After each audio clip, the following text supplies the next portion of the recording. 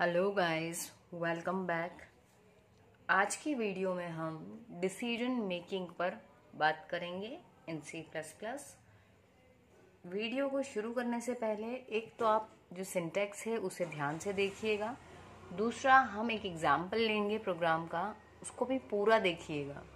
तो ये जो कुछ मिनट्स का एक वीडियो है उसको कम्प्लीटली देखने पर आपका डाउट जो रहेगा वो हमेशा के लिए दूर हो जाएगा और आपको बार बार उस चीज़ों को नहीं पढ़ना पड़ेगा एंड रटना भी नहीं पड़ेगा। ठीक है, तो इसके लिए ज़रूरी है कि आप वीडियो को लास्ट तक देखें और चैनल को ज़रूर सब्सक्राइब कर लें, क्योंकि आगे भी जो वीडियोस आएंगे वो आपके लिए बहुत हेल्पफुल होंगे।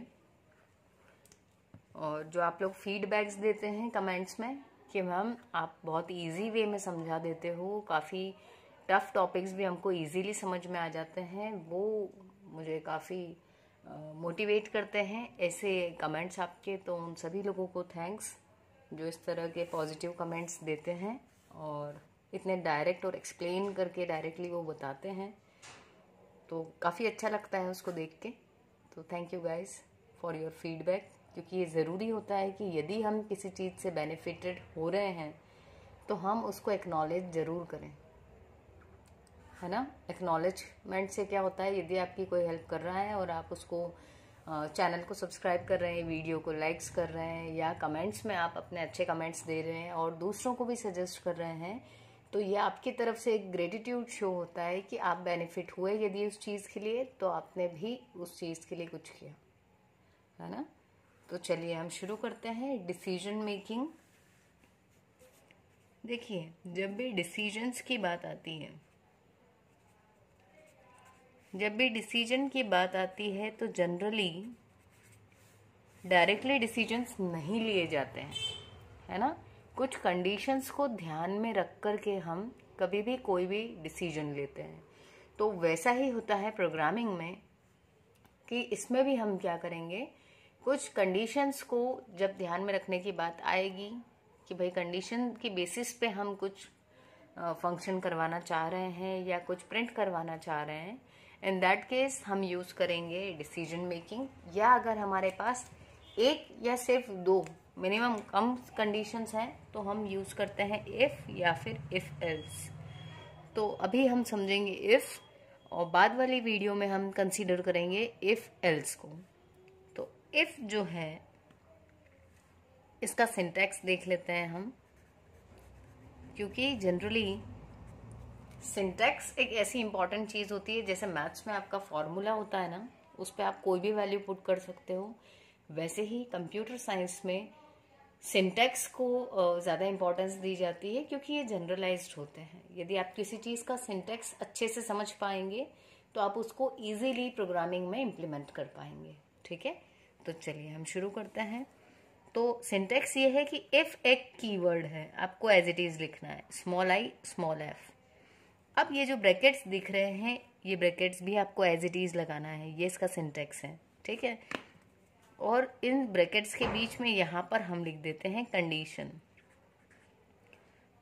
इससे पहले वाली वीडियो में मैंने ऑपरेटर्स की बात की थी, यदि आपने वो वीडियो नहीं देखी है तो आप उस वीडियो को ज़रूर से देख कर आएँ, क्योंकि उसके बाद में इफ़ और इफ़ एल्स जो है, इसमें जो कंडीशंस लगाएंगे हम, वो आपको समझना ज़्यादा आसान होगा।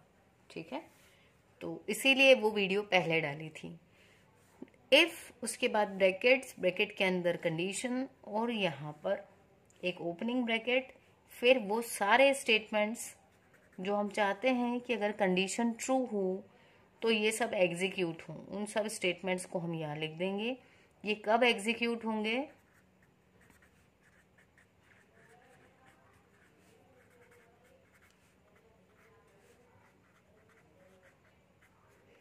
जब हमारी जो कंडीशन है यहाँ पर वो ट्रू होगी, सिर्फ उसी केस में ये स्टेटमेंट्स एग्जीक्यूट होंगे।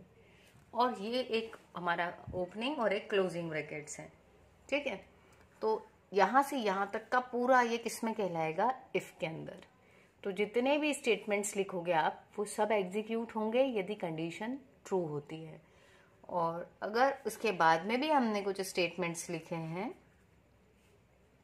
यहाँ और कुछ स्टेटमेंट्स लिखे हुए हैं, तो ये जो स्टेटमेंट्स रहेंगे ये भले ही हमारी इफ की कंडीशन ट्रू हो या फॉल्स हो, दोनों ही केस में ये वाले स्टेटमेंट्स तो एग्जीक्यूट होंगे ही। ठीक है, आपको ये बात ध्यान रखनी है, क्योंकि हमने इस कंडीशन के साथ में सिर्फ यहाँ तक का ब्लॉक बनाया है कि अगर ट्रू हो तो ये वाला ब्लॉक एग्जीक्यूट हो और ये भी एग्जीक्यूट हो, बट अगर कंडीशन फॉल्स हो तो ये वाला जो ब्लॉक रहेगा ये पूरा स्कीप हो जाएगा। ठीक है, यहाँ जो कंडीशन थी मान लो वो फॉल्स हो गई, तो यहाँ से सीधा हम ये जो ब्रैकेट क्लोज हुआ है इसके बाहर आएंगे और यहाँ से एग्जीक्यूशन शुरू होगा। ठीक है, तो हम एक एग्जाम्पल ले लेते हैं और उसके थ्रू फिर हम देखते हैं कि कैसे बनाएंगे प्रोग्राम। तो क्योंकि हम सिर्फ इफ देख रहे हैं तो बहुत ही बेसिक से देख रहे हैं, तो बना लेते हैं एकदम छोटा सा प्रोग्राम। 2 हेडर फाइल्स तो हम अभी तक लगाते ही आए हैं। वॉइड मेन, ये आपको अब याद हो चुका होगा। ठीक है, वॉइड मेन की जगह इंट भी लिख सकते हैं, बट इंट के केस में आपको कोई वैल्यू रिटर्न करवानी पड़ेगी। ठीक है, इस पर ऑलरेडी मैंने एक वीडियो बनाया हुआ है यूजर डिफाइंड फंक्शन के नाम से, आप उसको एक बार देख सकते हैं। चलिए, तो वॉइड मेन में गए। मान लो हम एक प्रोग्राम बना रहे हैं जिसमें हमें यूजर की एज देख करके बताना है कि वो वोटिंग के लिए एलिजिबल है। ठीक है, तो हम क्या करेंगे, एज कैसी होती है, इंटीजर वेरिएबल, तो हमने एक वेरिएबल ले लिया एज नाम का जो कैसा है, इंटीजर टाइप का है। अब क्या हुआ, अब ये जो वेरिएबल था इसकी वैल्यू यूजर से रीड करवानी है, तो हम सबसे पहले यूजर को एक मैसेज देंगे, क्या कहेंगे, एंटर योर एज। तो यूजर से हमने उसकी एज पूछ ली। ठीक है, अब ये जो एज वो एंटर करेगा वो हम किस में करवाएंगे, सी इन, इस वेरिएबल में। आप जो भी नाम लें वेरिएबल का उसी में इन करवाना है वैल्यू। ओके, तो अब यहाँ हमने वैल्यू इंसर्ट करवा ली। अब हमारा इफ वाला जो था वो आता है पिक्चर में। अब हम क्या करेंगे, बच्चा कोई भी व्यक्ति वोट कब दे सकता है, जब वो 18 या 18 प्लस हो। ठीक है, 18 साल से छोटा व्यक्ति हमारे यहाँ पर वोटिंग के लिए एलिजिबल नहीं है। तो हमारी कंडीशन क्या बनेगी, कंडीशन ये बनेगी कि ये जो एज है it should be greater than और इक्वल्स टू 18। तो हम यहाँ लिख देंगे, एक बार फिर मैं कहूँगी, यदि आप ये जो ऑपरेटर्स हैं उसको नहीं पहचान पा रहे हैं कोई प्रॉब्लम नहीं है, अभी भी देर नहीं हुई है। आप इसके पहले वाली जो वीडियो है ऑपरेटर्स पर उसको एक बार देख लो और फिर से इस वीडियो को देखिए, तो आपको इजीली समझ में आएगी। तो age is greater than equals to 18 यदि हो तो हम चाहते हैं कि ऐसे केस में हम क्या कह दें, इसमें हम बता दें दैट यू आर एलिजिबल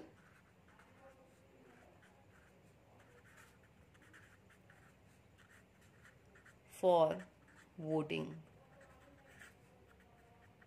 ठीक है, इसको कर दिया बंद। एक हम सी आउट फिर से लिख लेते हैं ताकि हम समझ पाए कि काम कैसे चल रहा है। यहाँ हमने लिखवा दिया थैंक यू। ठीक है, यहाँ आप कुछ भी लिख सकते हो डबल कोट्स में, वो एज इट इज प्रिंट होगा, इसमें कोई डाउट मत करना कि मैम यहाँ 3 एक्सक्लेमेशन ज़रूरी है या नहीं, ये टोटली आपके ऊपर है, आप यहाँ क्या लिखना चाहते हैं। ठीक है, एंड देन हमने लगा दिया गेट ch। आइए देखते हैं अब क्या होगा यहाँ पर। सो व्हाट विल हैपन कि 2 हेडर फाइल्स मैंने नहीं लिखी है, आप देख लेना, iostream.h और conio.h, ये 2 हेडर फाइल्स। उसके बाद मेन से हमारा एग्जीक्यूशन शुरू होगा। यहाँ आए, हमने एक एज नाम का वेरिएबल लिया है और यूजर से उसकी वैल्यू ले ली। अब हमने उसको चेक करवाया। चेक क्या करवाया कि ये वैल्यू या तो बड़ी हो या फिर इक्वल हो 18 के। तो मान लो मैंने अभी इनपुट दिया, इसमें इनपुट दे दिया मैंने 15, तो कंडीशन क्या हो गई, ग्रेटर देन इक्वल्स टू 18 है क्या, 15 क्या 18 से बड़ा या उसके बराबर है, नहीं, तो कंडीशन हो गई फॉल्स। जब ये फॉल्स हो गई तो हम इस पूरे पोर्शन को, ये जो ब्लॉक बना हुआ है इसको स्किप कर जाएंगे, सीधे कहाँ जाएंगे, इस वाली लाइन पर। यहाँ क्या लिखा हुआ है, थैंक यू, तो आउटपुट में हमें क्या मिलेगा, थैंक यू। दूसरा केस, मैंने इसमें इनपुट दिया 21, तो उसने जब चेक किया यहाँ पर इनपुट लेने के बाद कि क्या 21 जो है वो 18 से बड़ा या बराबर है, तो बराबर तो नहीं है बट ग्रेटर है, तो कंडीशन हो गई हमारी ट्रू। जब ये ट्रू हो गई तो हम यहाँ पर आया एग्जीक्यूशन और उसने प्रिंट करवाया that you are eligible for voting. और इसके बाद में इससे बाहर आके उसने ये जो लाइन थी थैंक यू वाली उसको भी प्रिंट करवाया। ठीक है, तो इफ से हमने ये देखा कि ये लाइन तभी एग्जीक्यूट होगी जब कंडीशन ट्रू हो, नहीं तो ये लाइन प्रिंट नहीं होगी। और अगर बिना इफ के कुछ लिखते हैं तो वो बिना कंडीशन चेक हुए एज इट इज प्रिंट हो जाता है। ठीक है, so this was all about if.